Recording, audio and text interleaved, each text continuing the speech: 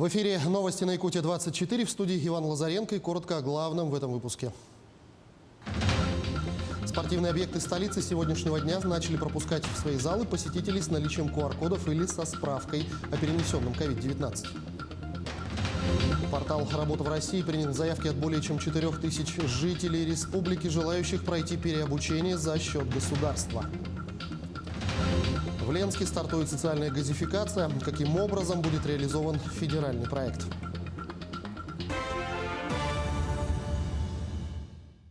Спортивные объекты столицы сегодняшнего дня начали пропускать в свои залы посетителей с наличием QR-кодов, сертификата о вакцинации или со справкой на перенесенном COVID-19 за последние полгода. О предстоящих нововведениях власти региона предупредили еще на прошлой неделе. Так, с сегодняшнего дня фитнес-клубы, тренажерные залы, бассейны, спортзалы, крытые манежи, лыжные базы, крытые ледовые катки, центры тестирования ГТО и спортивно-досуговые организации начали работать по новым требованиям. Детей в заведении с системой QR-кодов будут пропускать только в сопровождении родителя, имеющего сертификат вакцинированного или переболевшего. При этом работники спортивных объектов города Якутска отмечают, что горожане приняли нововведение мягко, без какой-либо агрессии. Так, сначала вот этот подходит, потом вот этот прикладывают QR-код, и потом показывает паспорт. И все, пропускаем поэтому. То есть, получается, вот этот аппарат у вас где-то там отображает, и вы смотрите, есть ли у человека QR-код, и далее вы уже продаете им билет. Да, именно так и происходит.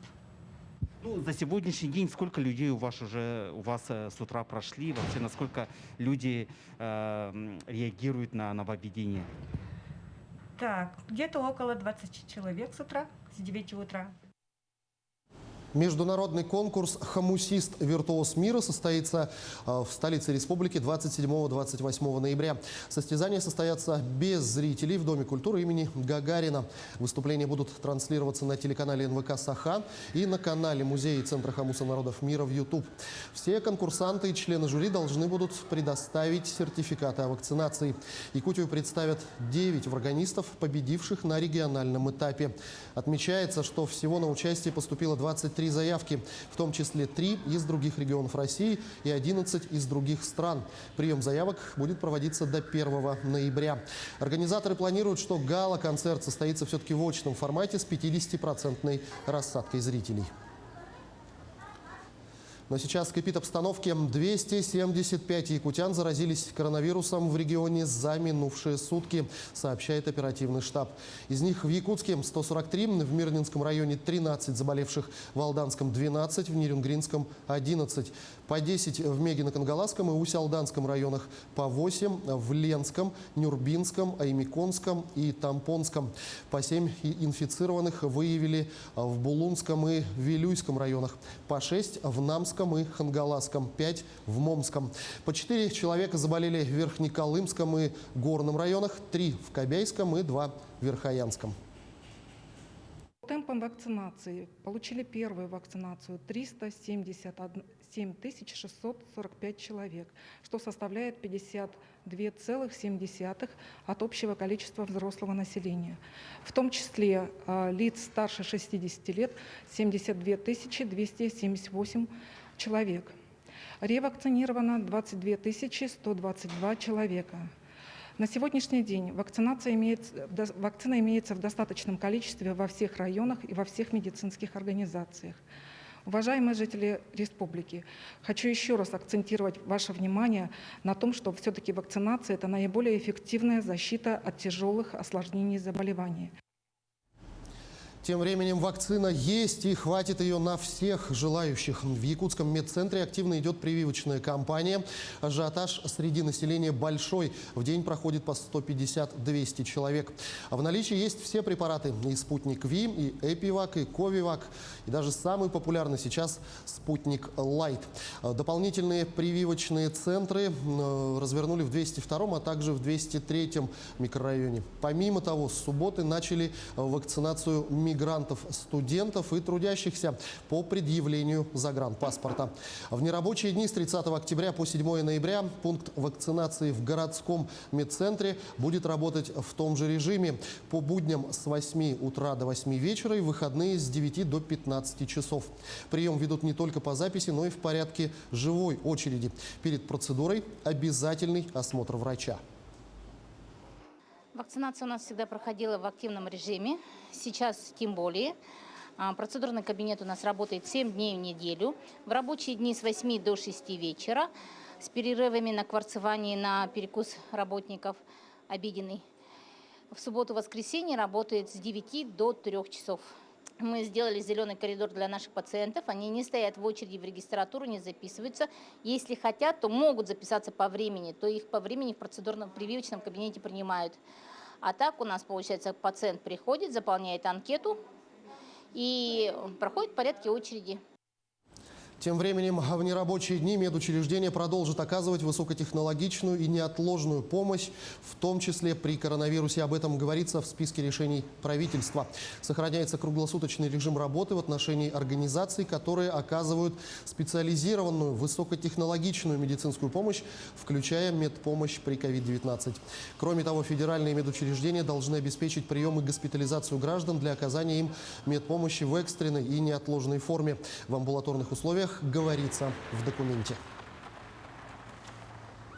К другим темам. В России продолжается перепись населения. По данным территориального органа Федеральной службы государственной статистики, на сегодняшний день на территории республики в переписи приняло участие 40% населения. Якутия остается в числе лидеров по количеству участников всероссийского опроса. Пройти процедуру учета можно как на дому, ответив на вопросы переписчика, так и в переписном стационарном участке. Помимо этого, перепись можно пройти самостоятельно на портале госуслуг на 10 разных языках, в том числе на якутском и русском. Это совершенно несложно. В общем-то, это занимает, в зависимости, конечно, от количества человека в семье, но в среднем семья из 3 человек занимает не больше 10 минут перепись. Ничего сложного нет, но если возникают какие-то проблемы, можно обратиться и по телефону, который указывается у нас на сайте и так далее. Все предельно просто, там подсказки, все, куда переходить, что где смотреть, везде можно все посмотреть, как бы ничего сложного. Тем временем в Хатасском наследии за этой ответственной статистической кампанией наблюдают 2 контролера, работают 10 переписчиков. Также в селе организованы 2 стационарных участка, куда желающие сами приходят и охотно отвечают на вопросы. Но все-таки с нынешней эпидобстановкой большинство жителей наследия предпочитают электронный вариант, то есть через госуслуги сами отправляют сведения о себе и своих близких. Таким образом, на сегодняшний день в селе Хатасцы переписано более 1700 жителей. Всего по плану переписчики должны посетить столько же адресов. Если переписчик пишет на своем планшете, каждый день мониторинг выводит, сколько человек переписали, сколько адресов переписали, сколько мужчин, сколько женщин.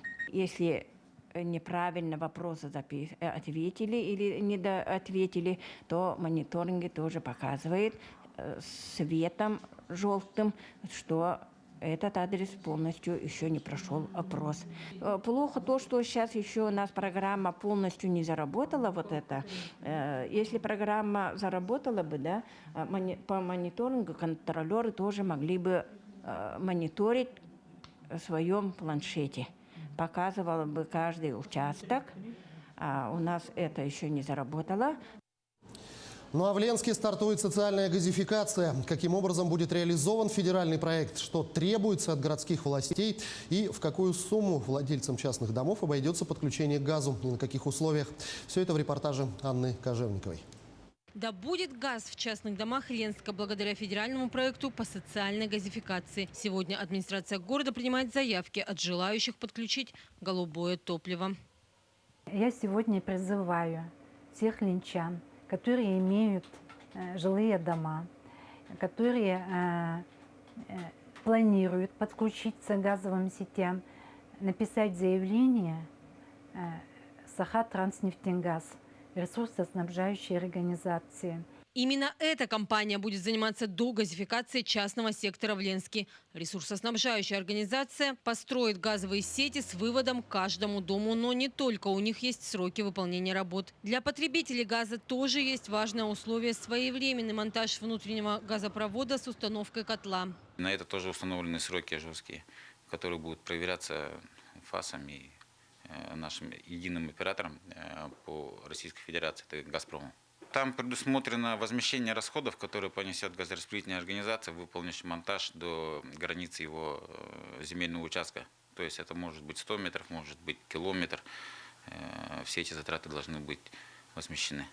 Но предусмотрена возможность продления сроков. В силу уважительных причин для монтажных работ внутри дома можно заключить договор с Сахатранснефтегазом. Но приобретение оборудования – задача каждого хозяина. В среднем стоимость подключения к газовому отоплению составит от 180 до 250 тысяч рублей. Сегодня рассматривается вариант льготного кредитования от Алмаз-Сергеенбанка, что было озвучено на совещании при главе города Ленска. Администрация города Ленска совместно с сотрудниками Сахатранснефтегаза была проведена инвентаризация частного сектора. В Ленске насчитывается 1121 индивидуальный жилой дом, который можно будет подключить к газу. В ближайшее время будет определено количество домовладений для газификации на 2022 год с перспективой до 2030. Анна Кожевникова, Виталий Андреев, Ленск. Единый ресурсный центр и Центр по работе с волонтерами озвучили главе республики Айсену Николаеву предложение по развитию некоммерческого сектора. Дискуссия прошла в рамках гражданского форума «Здоровый якутянин. Здоровое общество». Так, Единый ресурсный центр внес предложение по поддержке работы гражданских активистов. Участники площадки также отметили о необходимости создания университета социально ориентированных некоммерческих организаций по предоставлению услуг в сфере образования, здравоохранения, культуры, спорта и социального обслуживания. По их словам, университет будет оказывать консультационную, образовательную, методическую и информационную поддержку некоммерческим организациям. Помимо этого, было предложено провести в 2022 году форум корпоративной социальной ответственности и корпоративного волонтерства, а также возобновить работу Совета некоммерческих организаций при главе Якутии. Портал «Работа в России» принял заявки от более чем 4000 жителей республики, желающих пройти переобучение за счет государства по федеральному проекту «Содействие занятости» нацпроекта «Демография». В основном это безработные и граждане в поисках работы, в том числе сотрудники предприятий, находящиеся под риском увольнения, люди старше 50 лет и женщины с маленькими детьми. Так, допуск к обучению получили более 1100 участников. На сегодня переподготовку проходят порядка 600 человек, почти 190 граждан уже завершили обучение, а 140 нашли новую работу. Наши корреспонденты продолжают следить за развитием событий. Оставайтесь с нами.